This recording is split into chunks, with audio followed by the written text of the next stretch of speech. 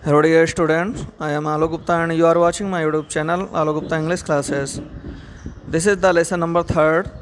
The title is The Selfish Giant. This lesson is from your supplementary book of class 8th. तो चलिए dear students, हम लोग इसके जो प्रैक्टिस है स्टार्ट करते हैं। आप लोगों ने स्टोरी और उसका मतलब जो लेसन है वो अच्छे से देख ही लिया है। अब लेसन को समझने के बाद नंबर आता है कॉम्प्रहेंशन चेक का। तो कॉम्प्रहेंशन चेक में हम लोग क्वेश्चन आंसर पर डिस्कस करते हैं। चलिए फर्स्ट क्वेश्चन है, why is the giant called selfish. तो इस दानव को स्वार्थी क्यों कहा गया है या क्यों कहा जाता है? तो आंसर है the giant is called selfish because he wanted to keep his garden reserved only for himself. तो दानव को स्वार्थी इसलिए कहा जाता है क्योंकि वह अपने बगीचे को केवल अपने लिए ही आरक्षित कर लेता है। He banned the entry of outsiders there. उसने वहाँ पर बाहरी व्यक्तियों के प्रवेश पर प्रतिबंध लगा दिया था। तो वो मतलब ये था कि अपने बगीचे को, अपनी चीज़ को स्वयं यूज करना चाहता था और दूसरों से शेयर नहीं करना चाहता था, इसलिए उसको स्वार्थी कहा गया। चलिए सेकंड क्वेश्चन में आते हैं। On one occasion the children said how happy we are here. तो एक बार बच्चों ने कहा था हम लोग कितने खुश हैं यहाँ पर। और लेटर बाद में दे सेड, उन्होंने बोला how happy we were there, हम लोग वहाँ पर कितने खुश थे। ठीक, तो यानी दोनों बातें सेम हैं। एक बार कहा कि हम लोग यहाँ पर कितने खुश हैं, तो यहाँ यानी नज़दीकी दिखा रहा है, और हम लोग वहाँ कितने खुश थे यानी दूर की बात बता रहा है। तो बोला जा रहा what are they referring to in both the cases. तो इन दोनों ही परिस्थितियों में ये बच्चे किस चीज़ को रेफ़र कर रहे हैं या संदर्भित कर रहे हैं? तो आंसर में आइए, in both the cases the children are referring to the giant's garden. दोनों ही केसेस में बच्चे हैं ये जायंट के गार्डन को रेफ़र कर रहे हैं। In the first case, in the first sentence they say, तो पहले केस में या पहले सेंटेंस में जो भी आपको कहना हो, दे से वे कहते हैं that they are enjoying in the giant's garden, कि वो लोग दानव के बगीचे में बहुत ज़्यादा आनंद कर रहे हैं, मज़े ले रहे हैं। But in the second sentence it is beyond their reach, उसमें वो लोग कह रहे हैं कि हम वहाँ कितने खुश थे। इसका मतलब ये हुआ कि वो क्या है, बियॉन्ड देयर रीच, वो बगीचा उनकी पहुँच से अब बाहर हो गया है। ठीक है, चलिए let's move to the third question. When spring came, जब बसंत आया, it was still winter in the giant's garden, तो जायंट के गार्डन में अभी भी था जाड़ा। What does winter stand for और इंडिकेट हियर। तो जाड़ा यहाँ किस चीज़ को रेफ़र कर रहा है या फिर किस चीज़ का उल्लेख कर रहा है, मतलब जाड़ा हमारी ओर किस चीज़ का संकेत करके यहाँ बता रहा है? तो आंसर है winter indicates that flowers did not Bloom in the giant's garden. तो ये विंटर इंडिकेट कर रहा है कि जायंट के गार्डन में, बगीचे में, उसमें फूल जरा भी नहीं खिले। द बर्ड्स डेंट सिंग, चिड़ियों ने गाना नहीं गाया। There was no sign of joy and greenery, वहाँ पर कोई खुशियों की या हरियाली का कोई भी चिन्ह नहीं था। यानी जाड़े से मतलब एक तरह से ख़राब मौसम और परेशानी का समय, यहाँ पर कुल मिलाकर उसका जो मीनिंग निकल रही है वो यही निकल रही है।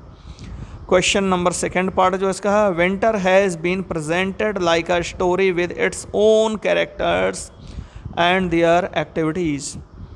तो कह रहे हैं विंटर जो है इस कहानी में प्रेजेंट किया गया हमारे सामने, एक अपनी कहानी स्वयं की कर रहा है और स्वयं के पात्र लिए हुए अपने जिनकी एक्टिविटीज़ है वो क्या है, देखिए। Winter has been portrayed as destroyer, तो जाड़े को यहाँ एक विनाशक के रूप में लिया गया है, डेस्ट्रॉयर के रूप में लिया गया है। It has its own characters, इसका अपना मतलब स्वयं के ही पात्र हैं जितने इसके साथ हैं जाड़े के साथ। कौन कौन से पात्र हैं चलिए देखते हैं। Snow and frost are the most prominent factors, तो बर्फ़ और कोहरा जो है उसके सबसे ज़्यादा प्रोमिनेंट यानी मुख्य कारक हैं। Trees have been covered with white cloak, वृक्ष जो हैं सफ़ेद चादर से ढक गए हैं। द ट्रीज लुक लाइफलेस, और जो वृक्ष हैं कैसे दिख रहे हैं, लाइफलेस, जीवन विहीन दिख रहे हैं। North wind has come to stay there permanently, और वहाँ पर उत्तरी हवा हमेशा के लिए रहने को आ गई है। हेल्स सेटल ऑन द रूफ, और छत में ओले पड़ रहे हैं। चलिए क्वेश्चन नंबर 4 में आते हैं। Was the giant happy or sad over the state of the garden? तो जो अब बगीचे की जो दशा थी इस समय जाड़ा ही जाड़ा था, तो जायंट इस पर खुश था या दुखी था, ये बताना है। तो आंसर है the giant felt sad to see the state of his garden. तो स्पष्ट बात है, जायंट तो दुखी था अपने गार्डन की स्टेट देखकर, है ना। Different seasons brought no change in it. अलग अलग ऋतुएँ आती थीं लेकिन उसके बगीचे में कोई चेंज नहीं आता था, वहाँ पर तो जाड़े महाराज ही विराजमान थे हमेशा से। Question number 5, what effect did the linnet song have over hill and the north wind? तो क्या हुआ, व्हाट इफेक्ट, क्या प्रभाव डाला लिनेट के सॉन्ग ने ओलों के ऊपर और उत्तरी हवा के ऊपर? तो लिनेट एक्चुअल में एक छोटी सी चिड़िया होती है, उसका छोटी चिड़िया है, लेकिन एक लंबे समय तक वहाँ पर कुछ नहीं संगीत सुना गया, तो इसलिए लिनेट का सॉन्ग भी एक अच्छा सॉन्ग माना जाएगा। तो as an effect of the linnet song, तो लिनेट के गाने का जो प्रभाव पड़ता है क्या होता है, the hell stop dancing over his head. तो ओलों ने उसके सिर के ऊपर अर्थात ये महल के ऊपर गिरना बंद कर दिया। Similarly the north wind ceased roaring, और साथ ही साथ उत्तरी हवा ने गर्जना करना बंद कर दिया। Let's move to the question number 6। The giant saw a most wonderful site. दानव ने एक बहुत ही ज़्यादा आश्चर्यजनक दृश्य देखा। व्हाट डिड ही सी, क्या देखा उसने? द जायंट सा that through a little hole in the wall. तो दानव ने देखा कि एक छोटा सा छेद था दीवार में। The children had entered into the garden. बच्चे जो थे बगीचे में प्रवेश कर गए थे। They were sitting in the branches of the tree, और वे बच्चे वृक्षों की डालियों पर बैठे हुए थे। एन एवरी ट्री, हर वृक्ष पर, that he could see there was a little child, वह देख सकता था कि उसमें कोई न कोई छोटा बच्चा बैठा हुआ था। And the trees were glad to have the children back again, और जो बच्चे थे वो बहुत खुश थे बच्चों को, जो वृक्ष थे वो बहुत खुश थे बच्चों को दोबारा अपने बीच में पा करके। Again that they had covered themselves with blossoms, तो उन्होंने क्या किया, अपने को ब्लॉसम्स से यानी छोटे छोटे फूलों से ढक लिया। And were fanning their hands gently above the children's heads, और धीरे धीरे अपनी ब्रांचेस थी यानी जो उनके हाथ थे वृक्षों के, उसे धीरे धीरे बच्चों के सिर के ऊपर फैनिंग कर रहे थे, हवा कर रहे थे। The birds were flying and twittering with delight, जितने भी पक्षी थे वो उड़ रहे थे पास में और चहक रहे थे प्रसन्नतापूर्वक। एंड फ्लावर्स वर लाफिंग, और फूल जो थे वो हंस रहे थे। चलिए क्वेश्चन नंबर 7 में आते हैं। What did he realise on seeing it? इस चीज़ को देखकर दानव को किस चीज़ का आभास हुआ? तो आंसर है he realised that he himself was to blame for the year round winter in his garden. तो उसने यह एहसास कर लिया कि उसके बगीचे में जो वर्ष भर जाड़ा बना हुआ था उसके लिए कोई और नहीं था, वो स्वयं ही दोषी था। He himself was to blame, यानी वो स्वयं ही दोषी था। ही कॉल्ड हिमसेल्फ सेल्फिश, उसने कहा स्वयं को कि वो स्वार्थी था। Question number 8, why was it still winter in one corner of the garden? तो बगीचे के एक कोने में अभी भी जाड़ा क्यों था? तो आंसर है only in one corner of the garden there was still winter. तो बगीचे के एक कोने में अभी भी जाड़ा था। आप वाज स्टिल विंटर लिखें या विंटर स्टिल लिखें, इक्वल है, तो अभी भी जाड़ा था। द रीज़न वाज दैट, कारण यह था, that a little boy could not climb the tree like other boys. कारण ये था कि एक छोटा बच्चा जो था वह उस वृक्ष पर नहीं चढ़ पा रहा था जो कोने में था। जैसे कि आपने स्टोरी पढ़ी, आपने देखा होगा कि बच्चे आए पूरे बगीचे में, इसके कारण ये हुआ कि बसंत भी उनके साथ साथ आ गया, जाड़े को जगह नहीं मिली।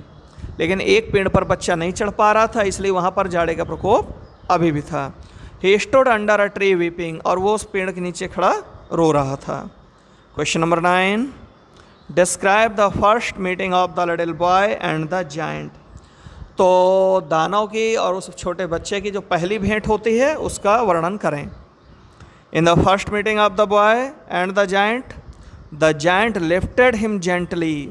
तो जब पहली बार भेंट होती है उस बच्चे से दानव की, तो दानव उसे प्यार से उठाता है। And put him in the branches of the tree, और उसी वृक्ष की डालियों पर उसको धीरे से विराजमान कर देता, बैठा देता है।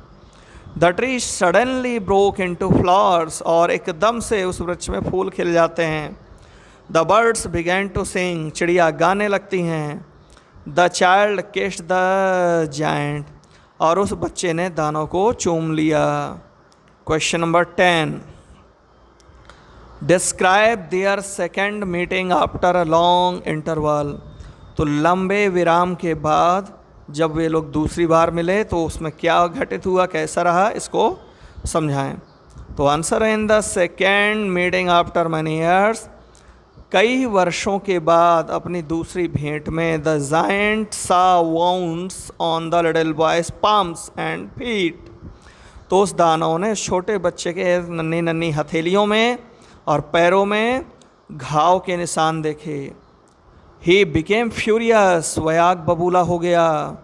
ही wanted to kill the man, वो उस आदमी को मारना चाहता था। Who had wounded the child, जिसने उस बच्चे को घाव दिए इस तरह के, वो उसकी हत्या कर देना चाहता था। बट द बॉय सेड, लेकिन लड़का बोला, दैट, क्या बोलता है कि those were wants of love, अरे ये तो प्यार के घाव हैं, मेरे अपने ही लोगों के दिए हुए हैं, रहने दो। क्वेश्चन नंबर 11, द जायंट ले डेड, दानव मरकर गिर पड़ा। All covered with white blossoms, पूरी तरह से सफ़ेद फूलों से ढका हुआ था। What does this sentence indicate about the one selfish giant. तो ये सेंटेंस जो है उस जायंट पर जो कभी स्वार्थी था उस पर ये चीज़ क्या इंडिकेट करती है, क्या संकेत करती है। तो आंसर देखिए, द सेंटेंस इंडिकेट्स, तो ये सेंटेंस है, संकेत करता है, that the giant had been blessed by Lord Christ himself, कि स्वयं ईसा मसीह ने आकर के उसको वरदान दिया था। He was neither cruel nor selfish, so Christ forgive him, वो अब न तो क्रूएल रह गया था और ना ही स्वार्थी रह गया था, इसलिए जीसस क्राइस्ट ने उसको क्षमा कर दिया। And took him to paradise, और उसको अपने साथ स्वर्ग ले गए। Question number 12, the little child's hands and feet had marks of nails, उस छोटे बच्चे की छोटी हथेलियों में और पैरों में कीलों से छेदे जाने के निशान थे। Who does the child remind you of, तो आप बताइए, बच्चे के जो ये चिन्ह आप देख रहे हैं तो बच्चा अब किसकी याद दिला रहा है आपको। Give a reason for your answer, अपने आंसर के लिए आप लोग कारण भी बताएं कि आप ऐसा आंसर क्यों दे रहे हैं। तो चलिए आंसर में देखते हैं क्या कारण है। The nails marks on the Christ's hands, child's hands, the nails marks on the child's hands and feet remind us of Lord Christ.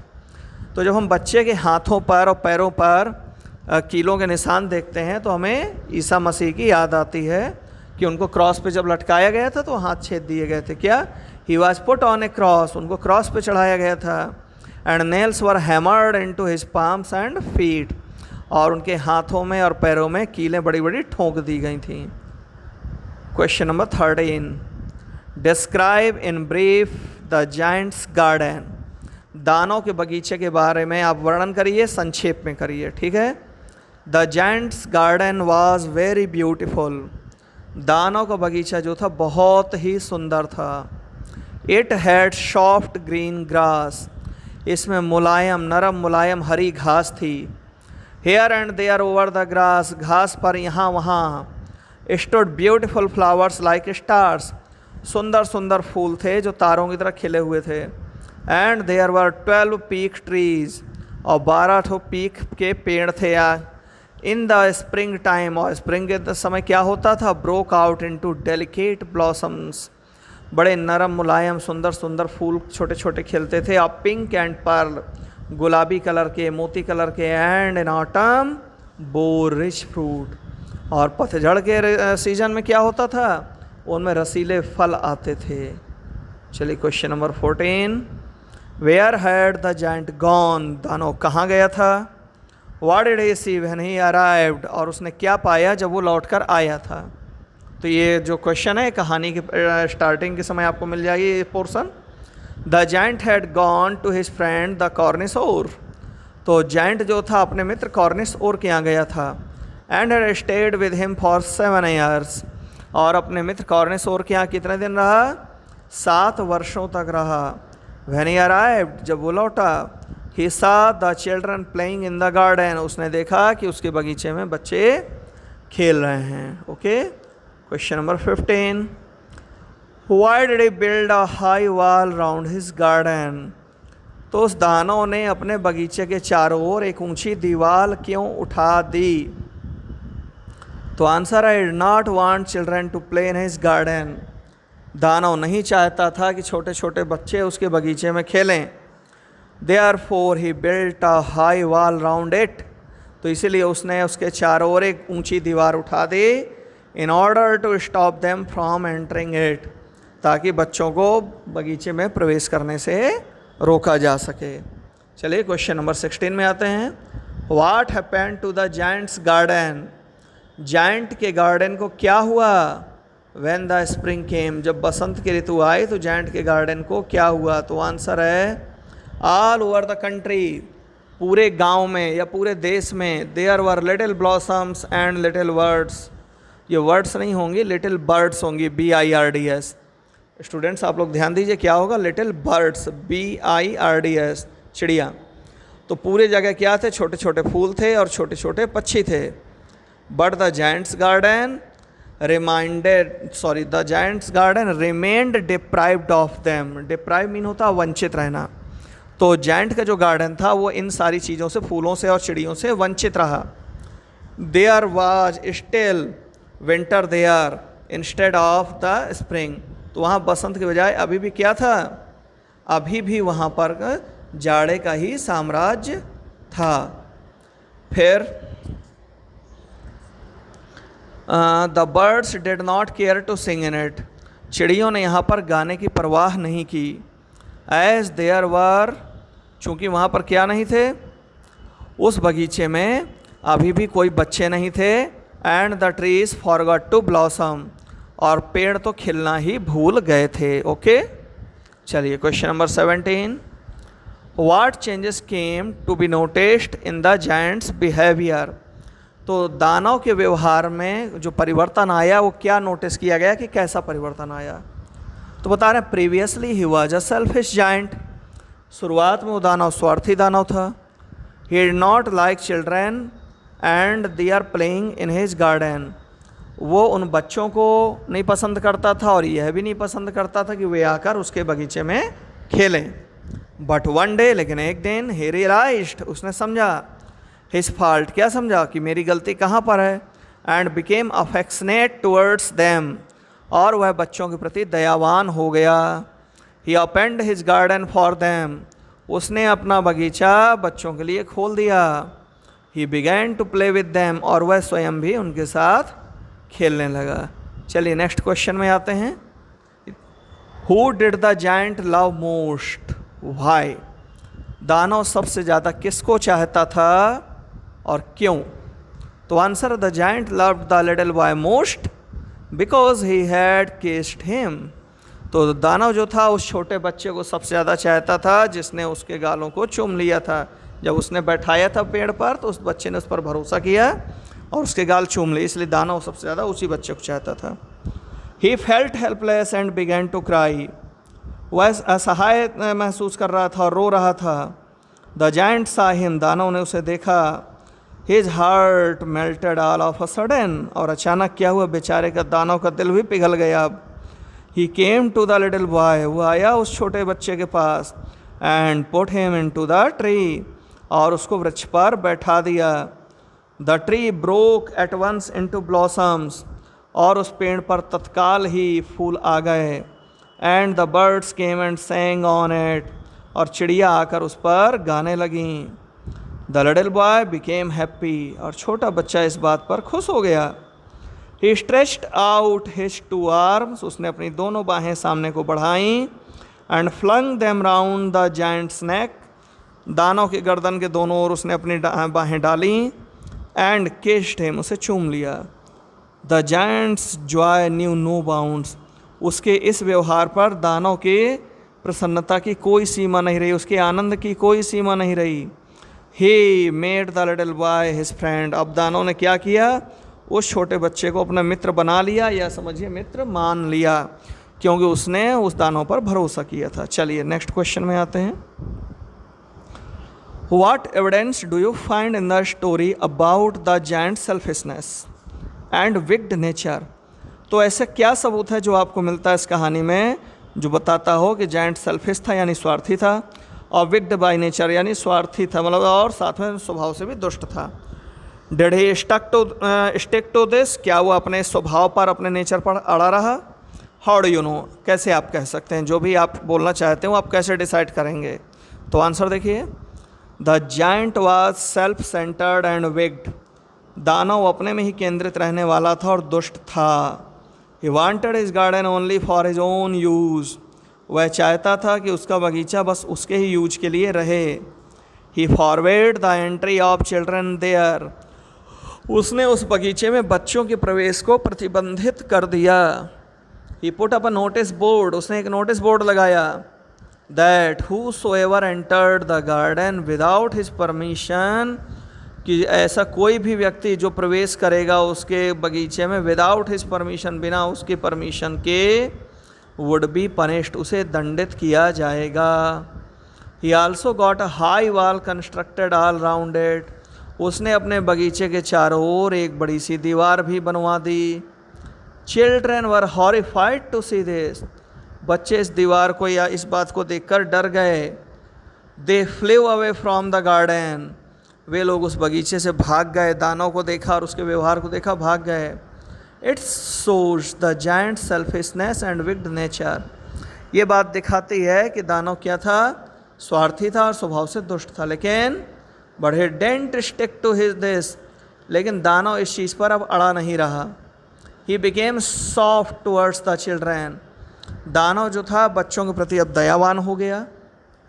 He broke the wall that he had constructed around his garden, उसने उस दीवार को तोड़ दिया जो उसने स्वयं ही बगीचे के चारों ओर बनाई थी। And allowed the children to play there, और उसने बच्चों को परमिशन दी कि आप लोग आओ यहाँ पर खेलो। He regarded the children as the most beautiful flowers of all, और उसने माना कि बच्चे सबसे सुंदर फूलों के समान ही ये भी सुंदर फूल हैं। तो चलिए डियर स्टूडेंट्स, यहाँ से ये एक्सरसाइज आपकी कंप्लीट होती है।